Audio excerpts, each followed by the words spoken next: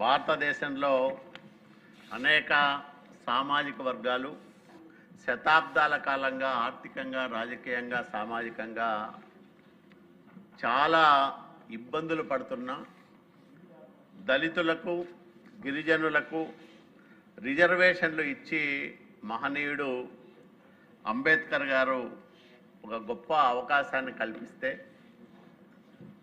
వెనుకబడిన వర్గాల వారికి వీళ్లకు విద్యా ఉద్యోగాల్లో అట్లాగే రాజకీయాల్లో రిజర్వేషన్లు ఇస్తే తప్ప మిగతా సామాజికంగా, ఆర్థికంగా చైతన్యం ఉన్న సామాజిక వర్గాలకు ధీటుగా ఈ వెనుకబడిన తరగతులు ఎదగలేవని భారతదేశంలో తొలిసారిగా ఆలోచన చేసిన మహనీయుడు, మహానుభావుడు ఎన్టీ రామారావు గారు అధ్యక్ష.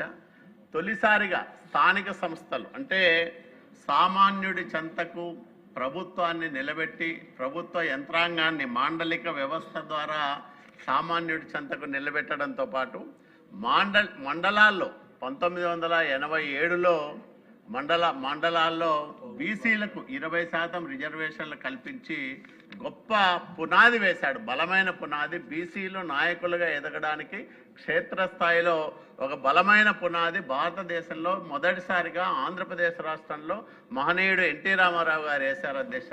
అంతకు మునిపే భారతదేశంలో బీసీల ఆర్థిక, సామాజిక పరిస్థితులపైన అనేక కమిషన్లు అధ్యయనం చేశాయి అధ్యక్ష.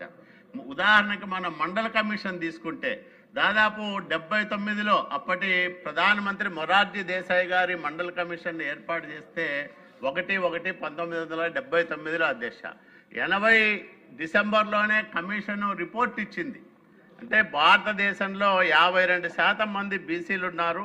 దాదాపు 3743 కులాలు ఈ దేశంలో ఓబీసీలు, ఆర్థికంగా వెనుకబడిన వర్గాల వాళ్ళు ఉన్నారు. వీళ్లకు రిజర్వేషన్లు ఇవ్వాలి అని సిఫార్సు చేస్తే 80లోనే 10 ఏళ్ళ అధ్యక్ష 90 వరకు ఎవరు పట్టించుకోలే. 80 మొరార్జీ దేశాయ్ గారు దిగిపోయినారు, తర్వాత ఇందిరాగాంధీ గారు వచ్చారు, రాజీవ్ గాంధీ గారు వచ్చారు. తర్వాత మళ్ళీ ఎప్పుడు మండల కమిషన్ సిఫార్సులకు ఆమోద ముద్ర వేసినారంటే ఇక్కడ మనం స్థానిక సంస్థల్లో 20% రిజర్వేషన్లు ఇచ్చిన గొప్ప చరిత్ర ఉన్న ఎన్టీ రామారావు గారు నేషనల్ ఫ్రంట్ చైర్మన్ అయ్యి నేషనల్ ఫ్రంట్ ప్రధానమంత్రిగా విపి సింగ్ గారు మరి ఆ రోజు కొలువు తీరితే ఢిల్లీలో, అప్పుడు మళ్ళా దీనికి కదలిక వచ్చి విపి సింగ్ గారు ఆధ్వర్యంలో మండల కమిషన్ రిపోర్టును ఆమోదించి మరి ఆ రోజు విద్యా ఉద్యోగాల్లో 27% ఓబీసీలకు దేశవ్యాప్తంగా రిజర్వేషన్లు కల్పించిన గొప్ప చరిత్ర కలిగిన పార్టీ తెలుగుదేశం పార్టీ.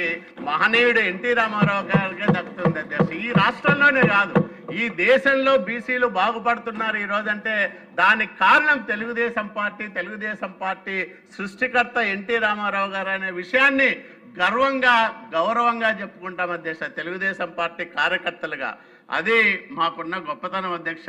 1992లోనే మండల కమిషన్ మీకందరూ తెలుసు అధ్యక్ష. దేశవ్యాప్తంగా అనేక మంది అల్లర్లు సృష్టించడానికి ప్రయత్నం చేసిన ఇందిరా సాహ్ని కేసులో సుప్రీంకోర్టు 92లో 27% ఇవ్వడం సమంజసమే ఈ ఓబీసీలకని సుప్రీంకోర్టు సమర్థించిన తర్వాత ఈరోజు కూడా ఆ ఫలాలు, రిజర్వేషన్ ఫలాలు ఓబీసీలు దేశవ్యాప్తంగా అనుభవిస్తూ ఉన్నారంటే దానికి కారణం ఎన్టీ రామారావు గారు, విపి సింగ్ గారి ప్రభుత్వం ద్వారా తీసుకొచ్చిన రిజర్వేషన్లే అనే విషయాన్ని మీ అందరికీ నేను మనవి చేస్తా ఉన్నా అధ్యక్ష. అట్లా గ్రామీణ స్థాయిలో ఈ రిజర్వేషన్లను ప్రారంభం చేసిన తర్వాత 1995లో గౌరవ్ చంద్రబాబు నాయుడు గారు ముఖ్యమంత్రిగా ఉమ్మడి రాష్ట్రానికి బాధ్యతలు తీసుకున్న తర్వాత 20%ని 34%కి పెంచడం జరిగింది. 95 నుంచి 2021 వరకు మరి దాదాపు 2.5 దశాబ్దాల కాలంగా ఈ రిజర్వేషన్లు అంటే పంచాయతీల్లో, మండలాల్లో 34%, అట్లాగే మున్సిపల్ పట్టణాల్లో 1/3 వంతున మరి రిజర్వేషన్లు అమలవుతూ వస్తున్నాయి అధ్యక్ష.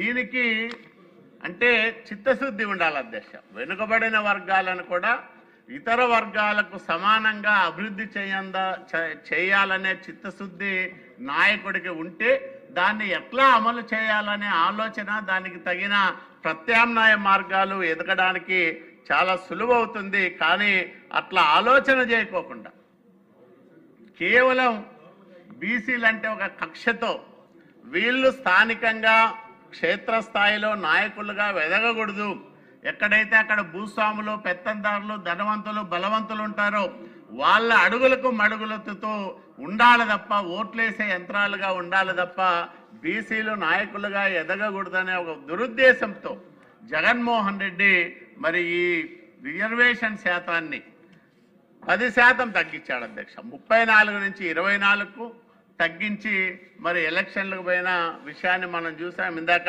అచ్చెన్నాయుడు గారు చెప్పినట్లు చట్టంలో మార్పులు తీసుకురాకుండా చీకటి జీవోలు, ఎందుకంటే జగన్మోహన్ రెడ్డి ప్రభుత్వంలో విడుదలయ్యే జీవోలు ఎవరికీ తెలిసేడు కాదు అధ్యక్ష. అవన్నీ కూడా రహస్య జీవోలే, దానిని చూసుకునే అవకాశం ఉండేది కాదు, అవి ఎక్కడా కూడా పబ్లిసైజ్ చేసేవాళ్ళు కాదు. ఆ రకంగా చీకటి జీవోల ద్వారా మరి దారుణంగా 10% రిజర్వేషన్లు తగ్గించి వేలాది మంది బీసీ నాయకులుగా ఎదగకుండా ఒక రాజకీయ కుట్రకు తెరలేపిన జగన్మోహన్ రెడ్డి దుర్నీతిని, దుర్బుద్ధిని మనం చూసాం. మళ్ళీ బీసీలకు మంచి రోజులు వచ్చాయి. ఈరోజు చంద్రబాబు నాయుడు గారి నాయకత్వంలో ఎన్డీఏ కూటమి ప్రభుత్వం కొలువుదీరిన తర్వాత బలహీన వర్గాల సంక్షేమానికి, అభివృద్ధికి, సాధికారతకు పెద్దపీట వేస్తూ అనేక కార్యక్రమాలు ఇందాక బీసీ శాఖ మంత్రి గారు చెప్పారు. మరి ఆ వివరాలు లేక నేను పోకుండా మరి మన రాష్ట్రంలో ఎన్టీ రామారావు గారు అనేక సందర్భాల్లో బీసీలకు మురళీధర్ రావు కమిషన్ సిఫార్సులను అమలు చేయడానికి ప్రయత్నం చేసింది ఎన్టీ రామారావు గారే.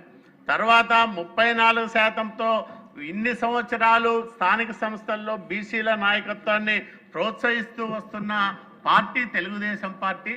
ఈరోజు మనం తీసుకుంటే అధ్యక్ష, ఉమ్మడి ఆంధ్రప్రదేశ్ రాష్ట్రంలో తెలంగాణలో గొప్ప నాయకుడిగా స్థానిక సంస్థల్లో ఆ రోజు జిల్లా పరిషత్ చైర్మన్లుగా మనం ఇచ్చిన 20% రిజర్వేషన్లను ఉపయోగించుకొని దేవేంద్ర గౌడ్ గారు లాంటి నాయకుడు జిల్లా పరిషత్ చైర్మన్ అయి తర్వాత హోంమంత్రిగా ఒక ప్రముఖ బీసీ నాయకుడిగా తెలంగాణలో మరి ఆ రోజు మనం ఆయన్ను ఎదుగుదలను చూసాం. అట్లాగే ఉత్తరాంధ్రలో బీసీ నాయకుడిగా ఎర్రన్నాయుడు గారు మాకందరూ కూడా గర్వకారణమైన నాయకుడిగా ఎదిగాడు. మరి అట్లాగే యనమల రామకృష్ణుడు గారిని కానీ కోస్తాలో, మా రాయలసీమలో కేఈ కృష్ణమూర్తి గారు కానీ ఇట్లాంటి బీసీలు గర్వంగా చెప్పుకునే నాయకత్వాన్ని ప్రోత్సహించింది, వాళ్ళు ఎదిగేలా చేసింది తెలుగుదేశం నాయకత్వం. ఎన్టీ రామారావు గారు, చంద్రబాబు నాయుడు గారే. మనం చూసాం జగన్మోహన్ రెడ్డి 5 సంవత్సరాల పరిపాలనలో మేము ఇప్పుడు 4 పేర్లు చెప్పాం బీసీల్లో. వీళ్ళు ఎవరు డిఫరెంట్ కులాలకు సంబంధించిన బీసీ నాయకులు, అంటే బీసీ నాయకులు వీళ్ళు అని చెప్పుకోవడానికి గర్వపడే విధంగా వాళ్ళందరూ కూడా రాజకీయంగా దశాబ్దాల కాలంగా వాళ్ళ ప్రయాణాన్ని సాగించి మరి కీలక అంశాల్లో ఎక్కడైతే ముఖ్యమంత్రి గారికి అత్యంత కీలకమైన సమస్య లేకపోతే నిర్ణయం తీసుకోవాల్సి వచ్చినప్పుడు వెనక ముందు లెఫ్ట్ రైట్ వీళ్ళే ఉండి ప్రభుత్వాన్ని ఒక రకంగా నడిపించిన గొప్ప నాయకత్వం బీసీ నాయకత్వం తెలుగుదేశం పార్టీ సొంతం. ఈరోజు 5 సంవత్సరాలు జగన్మోహన్ రెడ్డి పరిపాలన చూసాం. ఎవరి చేతిలో నడిచింది ప్రభుత్వం? అక్కడేమో ఉత్తరాంధ్ర విజయసాయిరెడ్డికి, అట్లాగే కోస్తాంధ్ర అంతా కూడా మరి వైవి సుబ్బారెడ్డికి, రాయలసీమ అంతా కూడా పెద్దిరెడ్డి రామచంద్రారెడ్డికి, వీళ్ళందరి కలెక్షన్ల ఏజెంట్గా సజ్జల రామకృష్ణారెడ్డి. ఈ 4 రెడ్లే కనిపిస్తారు తప్ప మనకి 4 బీసీలు ఎవరైనా వైసీపీ నాయకుల్లో వీళ్ళు బీసీ నాయకులు ఈ వైసీపీలో అని చెప్పుకోవడానికి ఒక్క 4 బీసీ నాయకులు చెప్పమనండి అధ్యక్ష. ఈరోజు మేము 40 మందిని చెప్తాం. మేము బీసీ నాయకులుగా ఎదుగుతున్నాం, ఎదిగాం. ఈ చంద్రబాబు నాయుడు గారి ఆశీస్సులతో తెలుగుదేశం పార్టీ నీడన ఎదిగాం మేమని చెప్పుకోవడానికి 40 మంది బీసీ నాయకులు ఉన్నాం. 4 చెప్పమనండి వైసీపీలో. కాబట్టి బీసీల గురించి కానీ బీసీ ఎదుగుదల గురించి కానీ ఆదరించి ప్రయత్నం చేస్తున్నది, చిత్తశుద్ధితో పనిచేస్తున్న రాజకీయ వ్యవస్థ తెలుగుదేశం పార్టీ. ఈరోజు కూటమి నాయకత్వంలో ఒక గొప్ప నిర్ణయం తీసుకున్నారు. 34% రిజర్వేషన్లతో స్థానిక సంస్థల ఎన్నికలకు వెళ్లాలనేది ఒక చారిత్రాత్మకమైన నిర్ణయం. ఆ నిర్ణయాన్ని మరి ఈ సభ ద్వారా బీసీల ప్రతినిధులుగా మేమందరం కూడా మనస్ఫూర్తిగా స్వాగతిస్తూ ఉన్నాం. దీనివల్ల వేలాది మంది రేపొద్దున క్షేత్రస్థాయిలో బీసీ నాయకులుగా ఎదగడానికి భవిష్యత్తులో మరో 30-40 సంవత్సరాలు మరి బీసీ నాయకులుగా పటిష్టవంతమైన నాయకత్వాన్ని ఆయా ప్రాంతాలకు అందించడానికి అవకాశం ఏర్పడుతుంది. ఇంత గొప్ప నిర్ణయాన్ని తీసుకున్న మరి రాష్ట్ర మంత్రిమండలికి, ముఖ్యంగా ముఖ్యమంత్రి నారా చంద్రబాబు నాయుడు గారికి అడుగడుగునా ప్రభుత్వానికి అండదండలు అందిస్తూ మరి కీలక భాగస్వామిగా ఉన్న జనసేనాని పవన్ కళ్యాణ్ గారికి ఈ ప్రభుత్వం ఇంత గొప్పగా నడవడానికి అన్ని రకాలుగా ఆశీస్సులు అందిస్తున్న ప్రధాని నరేంద్ర మోడీ గారికి మనస్ఫూర్తిగా ధన్యవాదాలు, కృతజ్ఞతలు తెలియజేస్తూ మీ దగ్గర సెలవు తీసుకుంటున్న అధ్యక్ష. నమస్కారం. ఈ కీలక బిల్లు మీద చాలామంది మాట్లాడేవారు ఉన్నారు కాబట్టి కుదిరితే డిస్కషన్ తర్వాత